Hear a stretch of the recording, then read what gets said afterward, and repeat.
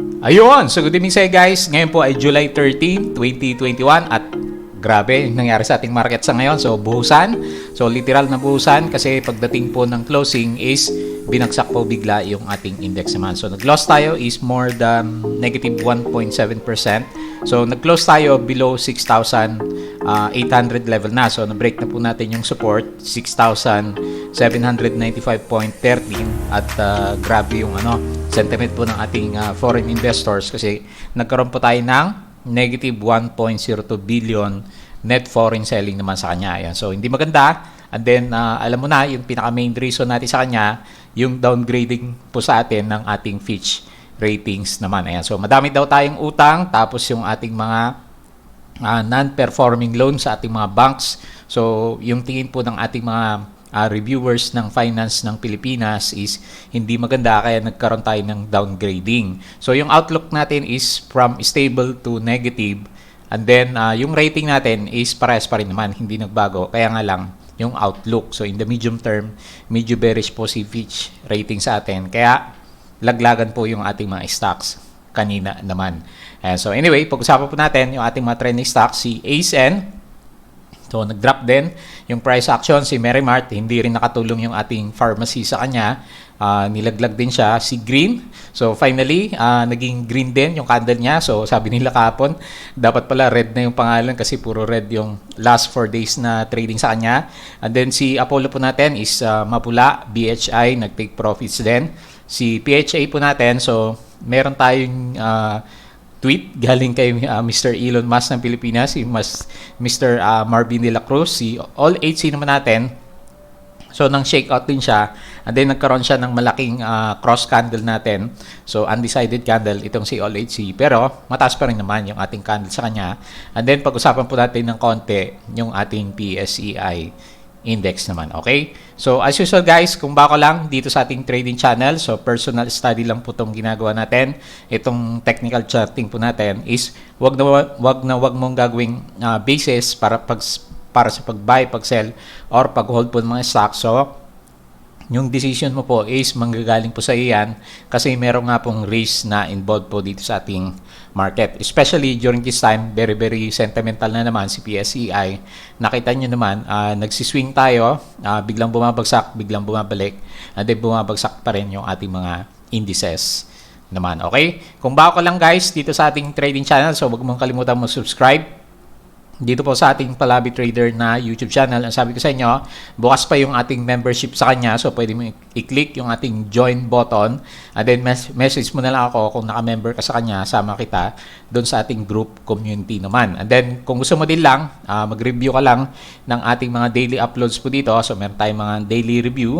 Meron din tayong company review. So, makita mo ngayon sa mga news, nakailang retweet tayo is ang topic po is si Phil Rich naman natin. So, tignan mo na lang po yung mga na-retweet or yung video naman natin sa kanya na nilagay naman dito. So, meron din tayo mga company reviews, sample trades, yung ating mga indicators. So, kung nag-aral ka ng stock trading, mostly gamit na gamit po yung ating mga chart sa kanya and then yung ating fundamentals. So, especially ngayon. So, wala tayong mapuntahan na stocks na maganda yung galaw. Karamihan po is puro take profits na po mula sa mga recent highs natin last time naman sa kanya.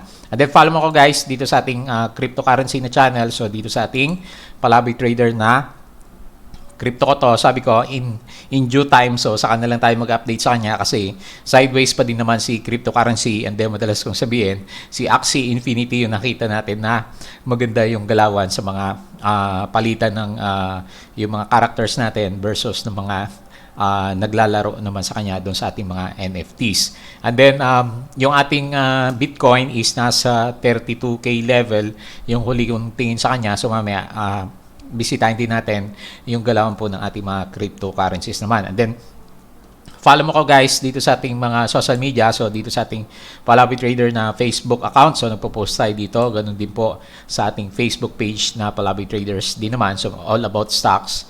And then sa mga news guys is sabi ko sa inyo, so mahalaga itong ating Twitter. Follow mo lang ako dito kasi nagre-repeat tayo ng mga infos with regards po sa ating mga stocks naman. So galing sa mga brokers, personalities, and then sa ating mga newspapers na focus mainly is sa mga stocks po na pinag-uusapan natin dito sa ating market. So ito, meron tayong upload last time nga, sabi ko kay PhilInvest LAN REITs, and then makita mo, maganda yata yung case natin, number of cases ngayon dito sa COVID kasi 3,604. Pero meron yatang 7 laboratories na hindi masyadong nakapag-submit po ng requirement. So, too early to say na bumaba bigla yung ating COVID cases. So, ito nga yung ating REITs. So, 2 beses tayo nakapag-retweet sa kanya. And then the rest, balikan mo na lang po. So, may news dito kay Merrimart, Victoria's Milling, and then si RRHI. So, ang tumas lang sa atin, itong si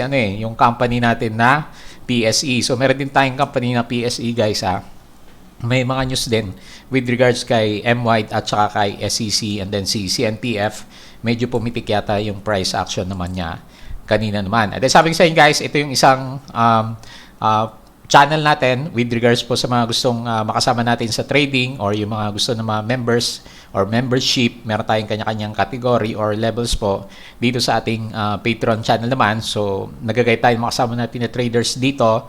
Kung gusto mo lang naman ng guide para matulungan kita dito sa journey mo sa market, pwede po dito sa ating Patreon. So, kung gusto mo lectures, meron din po siya. So, nagtuturo naman tayo sa mga kasama natin na nag-aaral dito sa ating market naman. Okay, so tingin tayo sa ating To Trade Asia Prime na broker. Refresh ko lang siya. So makita mo yung pinaka-summary ng index natin dito sa bandang kaliwa. Makita mo, biglang binuhusan po yung index natin pababa.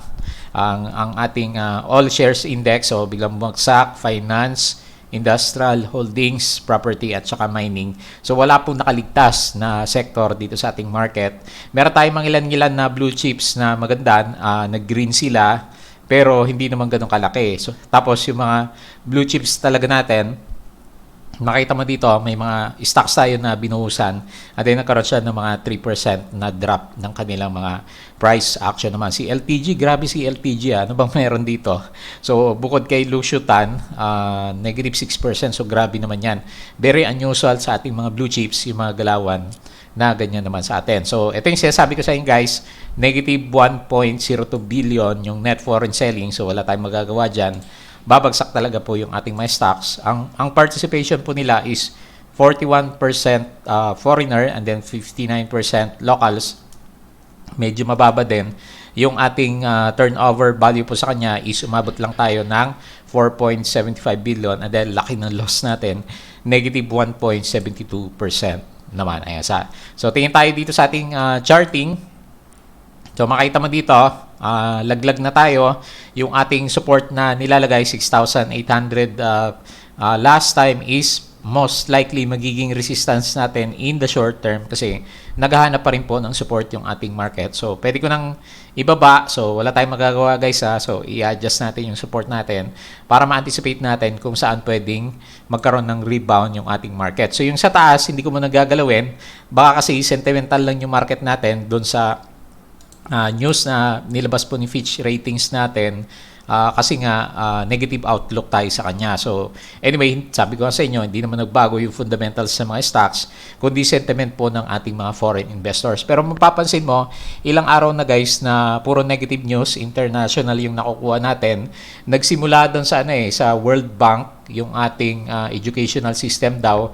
So masyado daw mababa, hindi appropriate yung mga naituturo or hindi akma. So binawi naman na nila yung yung kanilang report doon, pero too late na. So may impact na sa ating mga foreign investors. And then nagkaroon tayo ng mga inflation fears, nagkaroon tayo ng ito yung peso natin, and then yung mga bad banks loans natin, non-performing loans. So naging issue na, and then ngayon is yung Fitch rating. So nagsama-sama. Kaya medyo marami tayong malalaki na red candle po dito sa ating index naman. So trial times during this time, so pabagsak yung ating RSI, nasa 45 na, so bearish na po yung outlook. Ganun din po yung ating MACD, yung ating blue line is talagang padaos-dos po yung kanyang direksyon. So ito yung ating pinaka-news sa kanya, sinamarize na ni Business World po natin. So sabi dito, Philippine peso shares slump as Fitch cuts rating outlook. So nakalagay dito, the Philippine peso declined along with local shares after Fitch ratings. So ang lakas ng epekto nito, di ba? revised its outlook on the sovereign to negative from stable, reflecting rising risk from the pandemic on the nation's economy. So siguro ang sinasabi lang naman nito, although yung ating COVID cases is nagda-drop naman na, di ba? So kanina 3,000. And then pag tumingin ka dito sa ating COVID cases, below 6,000 naman siya. Kaya nga lang kasi puro lockdown pa rin daw. So siguro yun yung nakita niya. Kaya medyo mababa po yung outlook ni Fitch Rating. So medyo tama naman, di ba? Kasi hindi natuloy yung pagbubukas ng ating economy. Pero meron na, di ba? So may mga signs naman na, di ba, yung mga bata nga pinayagan na lumabas. So tingnan natin, baka magbago din naman yung kanyang sentiment for the coming few days. Kaya nga yung nakita ko, yung ating galaw dito sa kanya, dito sa ating chart, is very sentimental po yung ating market as of this time. Most likely, baka nga merong mga shakeouts pa. So, abang-abang na lang tayo guys sa yung mga hawak natin, risk management natin kasi nga pabagsak po yung ating galawan as of this time naman. Ayan. So, yun yung ating news sa Fitch Ratings. On the other side, meron naman tayong good news. So, GMA News Online galing sa kanya. So, ang sabi dito, Pogo's Revenge Comeback. So, ayos yung title niya, no? As office space inquiries surge naman. So, tama-tama to sa mga properties natin. Pero, nalaglag si Ayala lang kanina. Kung nakita niyo yung galaw niya, more than negative 3% yung binagsak niya. So, malaking tulong to guys sa properties natin pag bumalik yung ating mga Pogo naman. So, di ba yung business process outsourcing natin as of this time, di ba, si Philinvest REITs is okay naman siya, matatag naman siya. So, ito nga lang Pogos yung naka-apekto dati kay DDMPR naman natin. So, hopefully makatulong to, sentiment na to kay DDMPR. So, pwede nyo basahin to guys para makita nyo yung pinaka-details. Pero, nabasa natin last time, sinabi natin na gusto na nga ni President Duterte kasi kailangan daw natin ng pera. Wala daw pera sa Pilipinas, kaya pinapayagan po ulit yung pagbabalik ng Pogos. Meron nga lang po siyang tax, na-summarize na yata to. Ito, meron siyang imposing 5% tax on the gross gaming revenue or receipts derived from their gaming operations naman. Ayan. So, hindi kasi nagbabayad ng tax last time or siguro minimal tax lang, hindi pa masyadong standard. Pero ngayon, at least meron ng guide yung ating mga Pogos naman sa kanya. Okay? So, sa world indices natin guys, so Philippines lang yung mahina. Nakita ko na to kanina. So, medyo nagko-correct si US pero kahapon okay naman sila. Si Europe, so medyo mapula ng konti. Sumasabay lagi naman dito sa ating futures, yung kayang galaw. And then, dito sa Asia, tayo lang talaga yung kakaiba kasi lahat naman sila is green. So, ang tataas pa nga ng ginalaw, Hang Seng, 1.63%, Nikkei, 0.52%. So, talagang yung sentiment ng foreign investors dito sa ating market, yung nakapaggalaw po talaga ng ating index naman. Okay, so silip tayo ng konti sa cryptocurrency. Mababa siya ulit, nasa 33,000. So wala pa rin masyadong good catalyst po dito sa ating cryptocurrency. So expect mo magko-correct pa rin po yung kanila mga prices naman. So anyway, hopefully sideways na lang siya, pero tinitingnan ko yung chart niya, talagang parang may head and shoulder patterns itong si Bitcoin naman natin. Kung sisilipin mo na maigi yung ginagalaw po ng kanyang price action naman. Okay, so tingin tayo dito sa ating charting ulit. Punta tayo dito sa ating mga trending stocks. Unahin po natin si ASN. So, medyo bumaliktad si ASN, no? So, kanina, medyo umakyat siya ulit. Nagkaroon tayo ng high, 8.97. So, nahirapan siya sa 9 pesos naman. 9 pesos naman yung pinaka-main resistance natin sa ngayon kasi hindi makalampas yung price action. Pero, sabi nga sa inyo guys, hanggat meron tayong trend na nakikita, nandiyan pa rin, tapos di ba, pinag-usapan pa rin yung pagiging blue chips, okay lang yan. So, hanggat hindi nababasag yung trend, so, okay pa naman po yung nakita natin dito kay ASN. Yung kanyang MACD, hindi natin masyadong makita, kahit palakihin mo siya, pero yung blue is nasa ibabaw po ng ating red line naman sa kanya. So, tingin tayo sa kanyang performance. Nakita ko kanina, net foreign buying naman itong si ASN. Nag-loss po siya, negative 0.68%. Meron siyang 9.7 million na net foreign buying. Si Call at JP Morgan, Credit Suisse yung nagpapagalaw sa kanya, and then si BDO, CLSA at saka si Call yung nambubuhos po dito kay ASN naman natin. So anyway, normal move lang, at least kumpara mo naman sa index na negative 1.72%.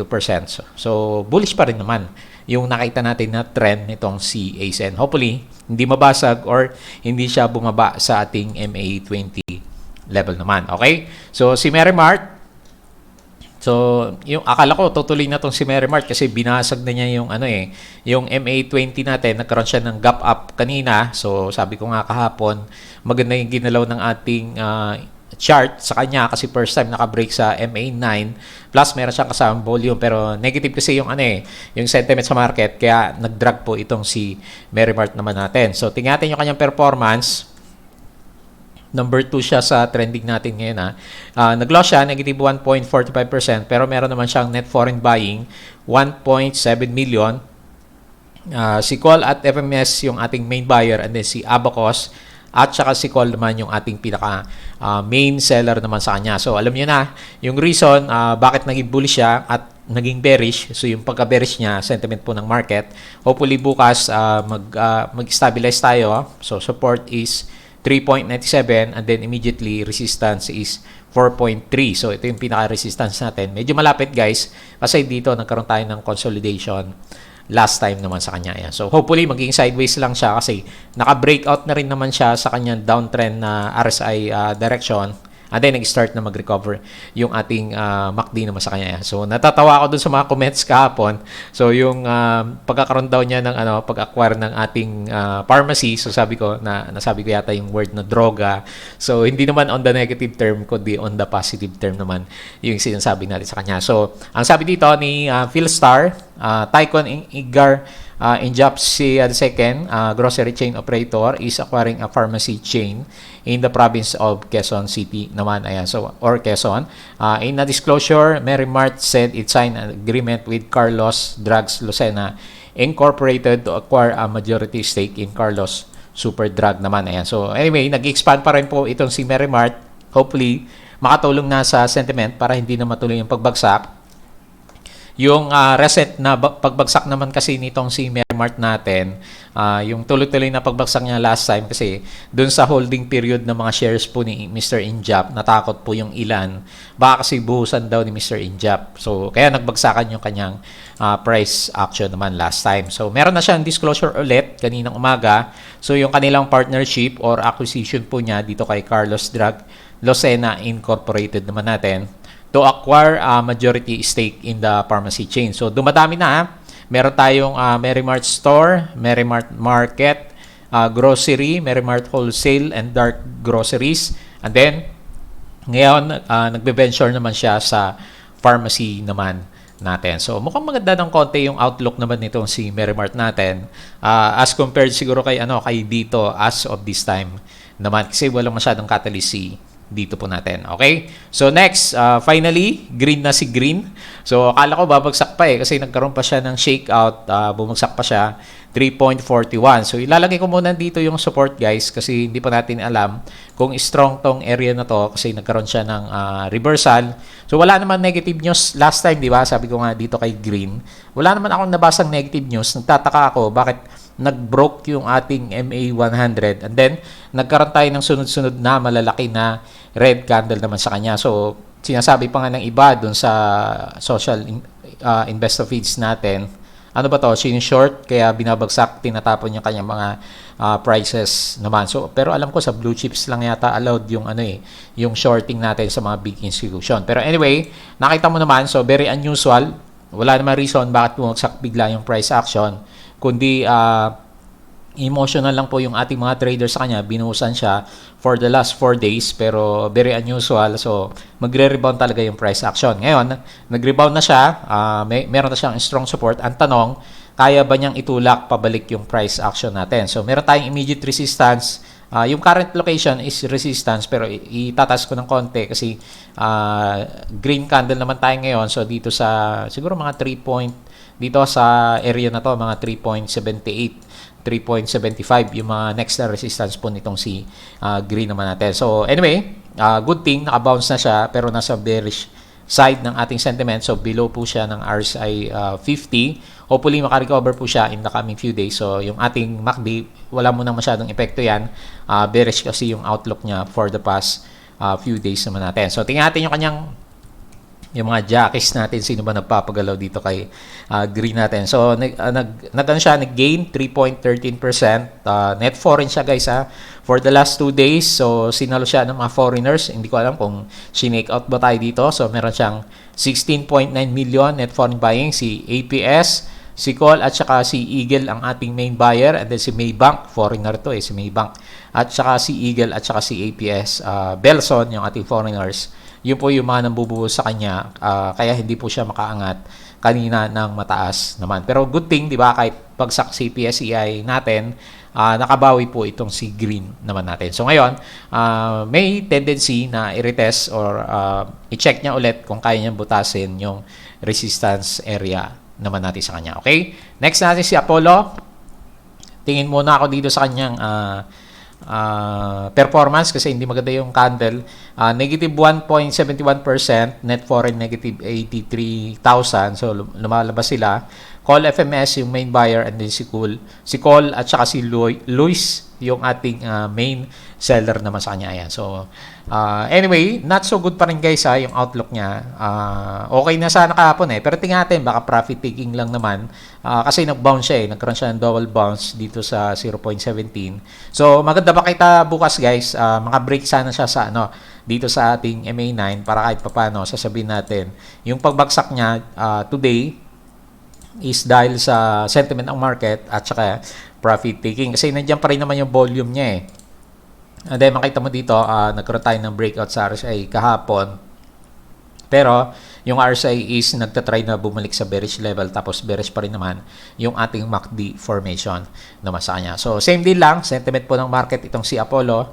Wala din ako makitang masyadong catalyst sa kanya. Next, si BHI, so profit taking. Lakas ng profit taking natin dito kay BHI. So bumalik sa loob, pero sinalo naman siya ng ating MA9. So nag-resist na siya dito sa bandang taas. So lagay ko lang dyan, and then yung support natin dito sa 0.13 level naman. So medyo broken yata yung RSI natin sa kanya. Hopefully hindi yan matuloy kasi hanggang dito lang sana siya, RSI 56. Kasi kung hindi, big side niya kasi bearish engulfing candle naman yung nangyari dito kay BHI naman natin. So tingnan natin bukas, masyado maaga pa naman. So pero laki pala negative 7.38%. Net foreign natin is negative 19,000.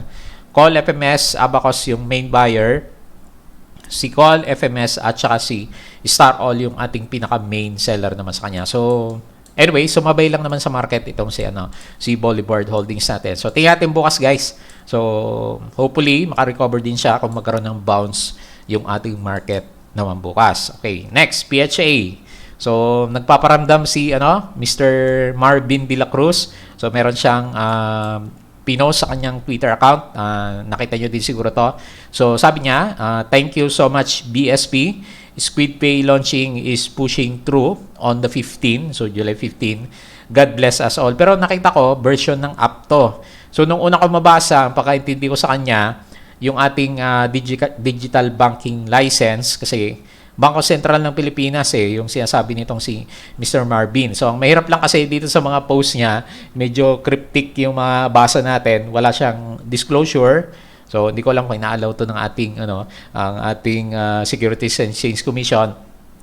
Pero hindi masyadong clear. Then merong kasunod na tweet, ang nabasa ko naman siya sa kanya is yung version 3 po ng ating app naman sa kanya. Pero tingnan mo, hindi maganda yung Sumabay din siguro sa market. Siguro bukas natin makita kung ano talaga yung gusto niyang gawin. So descending triangles pa rin guys. So be careful lang kung descending triangle, and then ang mangyayari sa kanya is ma-break yung ating mga support level naman. So bearish pa rin naman kasi nga below RSI 50. And then yung ating performance, nag-gain pala siya. May gain pala. Akala ko yung candle is losing siya. Mas mataas siya, nag-jump pala siya. So may epekto pala yung yung post ni Mr. Marvin De La Cruz, nagkaroon siya ng jump. Gaano kalaki ba yung yung tinalon niya? Subukan nating sukatin Okay, malit lang. Hindi naman ganun kalaki. So, more than 3% yung jump niya kanina. Kaya nga lang, yung sentiment nga ng market. So, siguro, most likely, kung hindi nagkaroon ng negative sentiment, baka kinaya niya mag-break dito sa ating MA20 level naman. So, nag-green siya, 1.27%, negative 60,000. net foreign selling, call FMS, main buyer, call at saka si SB Equities yung ating pinaka-main seller. So, bearish pa rin guys yung outlook. And then lastly, itong si All HC. So, talagang siso din yung mga kandila natin ngayon, no? So, grabe. So, profit taking din si All HC and then meron tayong undecided candle sa kanya. Hopefully, bawiin niya yan bukas kasi not so good in the short term. Meron tayong undecided candle dito sa bandang taas. So, ang gusto nating makita, nag-resist pala siya. Ang gusto nating makita sa kanya, kasakaling mag-console lang siya dito. So, meron siyang flag formation. Para kung talagang bullish pa rin siya, is tutuloy pa rin yung galaw. Pero nasa overbought na pala eh. Nasa RSI 83, medyo matagal na siya sa overbought. Very prone din ng konti sa profit taking itong si All HC. So, di ba, may mga lumalabas na news, di ba? So, magko-concentrate si Ayala Land natin. Instead na sa mga properties na siguro magtatayo siya ng mga buildings, ganon. Nagfo-focus siya sa mga logistics, yung ating mga industrial hubs, yung parang gusto niyang gawin. So, parang parehas kay Double Dragon natin na ginagawa nila ni Jollibee naman. So, anyway, based dito sa kanyang galaw, baka most likely mag-retest siya sa 4.44. Hopefully, ma-retest niya yung tama para magkaroon pa rin siya ng spike. Pero pag hindi, asahan mo, magkaroon tayo ng retest dito sa support line itong ating ascending trend lines na dinodrawing naman sa kanya. Okay, so yun lang. Tingnan natin yung kanyang performance pala. Hindi ko pa napakita. Meron tayong negative 0.44%. Net foreign buying pala siya. Merong sumalo. Positive 10.4 million. So, si BPI at saka si Call. Siguro si FMS, meron siyang foreigner dito. And then si Call at Fidelity at Abacus yung ating pinaka-main seller naman sa kanya. Okay, so balik tayo sa ating PSEI. So, yung nakita natin na kandila guys, sentimental pa rin yan. So, sabi ko sa inyo, hindi naman nagbago yung fundamentals ng markets natin. Wala namang masyadong negative news sa PSE. Pero yun nga lang, so malaking bagay kasi yung outlook ng ating mga taga-rating. Di ba, minsan pag nagkakaroon ng reshuffling doon sa mga ating mga global indices, affected din tayo. So, kung anong tingin ng foreigners, naapektuhan po tayo. Pero sa akin lang naman, personally, ang tingin ko sa kanya is sentimental yung market.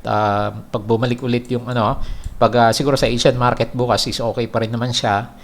Most likely, magkakaroon ng rebound yung ibang stocks natin. Pero, yun nga, overall picture is nasa sideways to downward yung nakita natin dito sa ating index. Especially, papunta na tayo sa ghost month in just 2 weeks na lang. Ayan. So, medyo malapit na yung ating ghost month. Pero, siguro, ang tignan na lang natin dun sa ating mga stocks, kung meron tayong hawak, is kung nasusupport niya yung trend direction niya, paakyat pa rin ba siya kahit nagre-red yung ating mga candles. So, pwedeng makatulong sa sentiment para hindi mag-breakdown yung ating mga price actions naman sa kanila. Okay, so yun lang yung ating review. So, as usual guys, bago tayo mag-close, please don't forget to subscribe dito sa ating Palawi Trader na YouTube channel. So, join ka lang kung gusto mong sumama and then magkaroon ng guide dito sa ating market.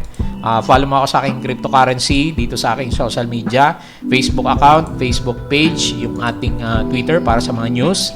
And then, kung gusto mo mag-aral guys, gusto mo ng guide dito sa ating market, sabay tayo mag-trade, dito po sa ating Palawi Trader na Patreon account naman. So, bukas pa rin naman. So, i-close natin siya either, sabi ko, Wednesday or Thursday. Itong Patreon natin and then open ulit natin siya pagdating ulit ng August naman. Okay, so yun lang. Maraming salamat po sa inyong panunood at pakikinig. Kita po ulit tayo bukas.